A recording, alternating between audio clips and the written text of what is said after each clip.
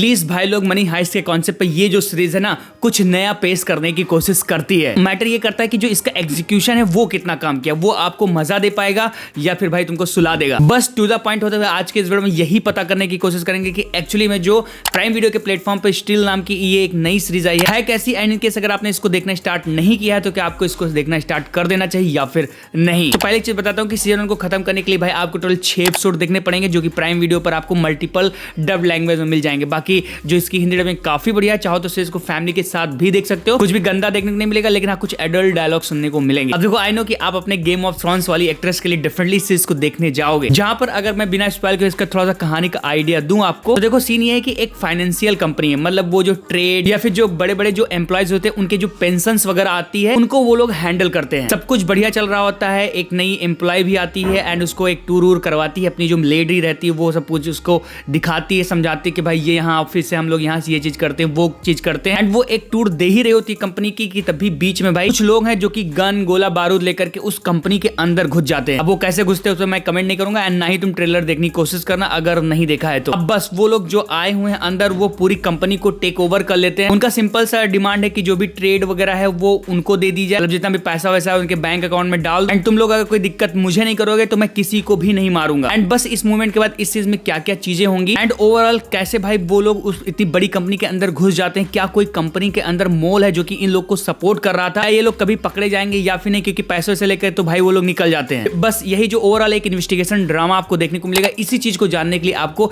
इस सीरीज को देखना पड़ेगा। देखो अगर पॉजिटिव्स की बात करो तो सीरीज का जो कॉन्सेप्ट था टू बी ऑनेस्ट काफी बढ़िया था। एटलीस्ट जैसा मैंने आपको बताया कि मनी हाइस्ट के कॉन्सेप्ट पे ये कुछ फ्रेश आइडिया प्रेजेंट करने की कोशिश करती, फिर चाहे वो फाइनेंशियल एंगल वाला ही टॉपिक क्यों ना हो। फिर जो एक्टर्स थे, जो अपनी लेडी थी जो गेम ऑफ थ्रोन्स वाली एक्ट्रेस है, स्पेशली उसकी जो परफॉर्मेंस थी वो बहुत ज्यादा कन्विंसिंग लगी मुझे। बाकी सीरीज की जो प्रोडक्शन वैल्यू है वो काफी अच्छी है एंड जो ड्रामा थोड़ा सा एंगेजिंग है, एक दो ट्विस्ट टर्न्स देखने को मिलते हैं, कुछ कैमरा वर्क देखने को मिलते हैं स्टार्टिंग में जो कि काफी बढ़िया लगते हैं। लेकिन बस इन्हीं पॉइंट्स को हटा करके ओवरऑल जो सीरीज है पूरी तरीके से भाई टू बी ऑनेस्ट फ्लैट है, कोई दम नहीं है, कोई एक्साइटमेंट नहीं है। भले ही मेकर्स के पास पेपर पर एक अच्छा कॉन्सेप्ट था बट एग्जीक्यूशन में ये चीज भाई बुरी तरीके से फेल होती है। उसका मेन रीजन ये है कि जो भी चीजें आपको देखने को मिलती है ना ड्रामा के थ्रू, लाइक अगर दो कैरेक्टर्स बात कर रहे हैं तो उन पर रैंडमली जिस हिसाब से कैमरा फोकस किया जाता है या फिर जिस हिसाब से आपको चीजें दिखाई जाती हैं वो सब देख करके आपको ऐसा फील आएगा कि भाई आप कोई टीवी सीरियल देख रहे हो। एंड दूसरी चीज की ये चीज की भाई अगर तुमको एपिसोड 1 एंड 2 में लास्ट के 10-15 मिनट में एक साइलेंट चेजिंग सीक्वेंस दिखाया जाएगा जहां पर जो कैरेक्टर रहेंगे वो डायलॉग नहीं बोलेंगे बल्कि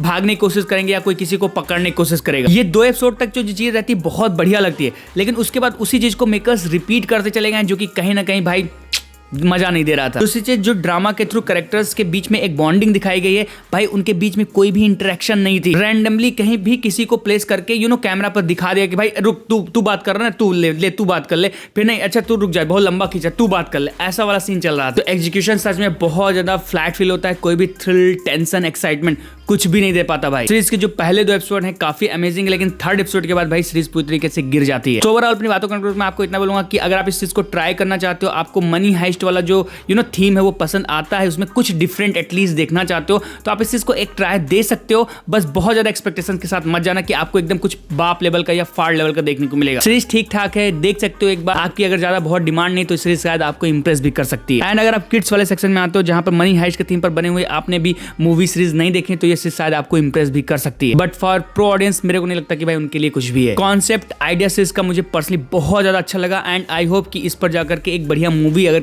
फ्यूचर में बनेगी तो मजा आ जाएगा देखने में। लेकिन अभी के लिए सीरीज मेरे लिए भाई बस एक एवरेज एक्सपीरियंस था। एंड सारी चीजों को ध्यान रखते अगर मुझे इसको रेट कराऊंगा तो मैं इसको रेट करूंगा 6.5 आउट ऑफ 10 स्टार। अगर आपने देख लिया तो आपको कितना मजा है कमेंट बॉक्स में लिख करके जरूर बताना। बाकी वीडियो काम को लाइक करना चाहिए, सब्सक्राइब करना ऐसी ही वीडियोस। बाकी मैं फिर से वीडियो में टिल देन बाय बाय।